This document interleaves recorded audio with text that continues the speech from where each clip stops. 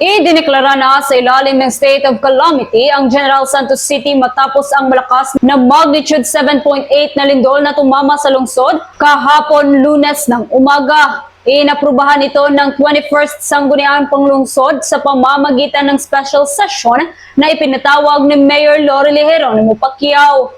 Layunin ng deklarasyon na mapabilis ang paggamit ng pondo para sa emergency response, relief operations, at rehabilitasyon ng mga apektadong lugar. Ayon sa lokal na pamahalaan, maraming pinsala ang naitala sa mga gusali, infrastruktura at iba pang pampubliko at pribadong pasilidad. Umabot na sa 142 ang mga nasugatan, 6 ang patuloy na nawawala, at 11 ang kumpirmadong nasawi habang nagpapatuloy ang damage assessment at rescue operations.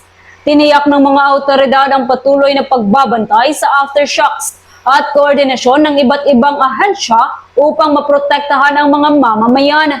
Ayon kay Dr. Bong Desera, head ng CDRRMO Jenson, nakansilado rin ang lahat ng flight sa General Santos Airport dahil sa epekto ng lindol at para sa kaligtasan na rin ng mga pasahero at operasyon. Yun pong ating General Santos City Airport, nagsuspend po ng flights dahil may nakita po silang mga damage, again for assessment po, no, doon sa terminal building mismo. And then for government facilities, meron po tayo mga nakitang mga damages sa of course the City Hall, the main City Hall po, no, and then sa investment building, and then ito pong museum, no, yung bagong museum po natin. At yan ang ulat mula sa impilan ng Bombo Radio Jenson. Ito si Bombo Jero Aurelia, and this is Bombo Radio Philippines.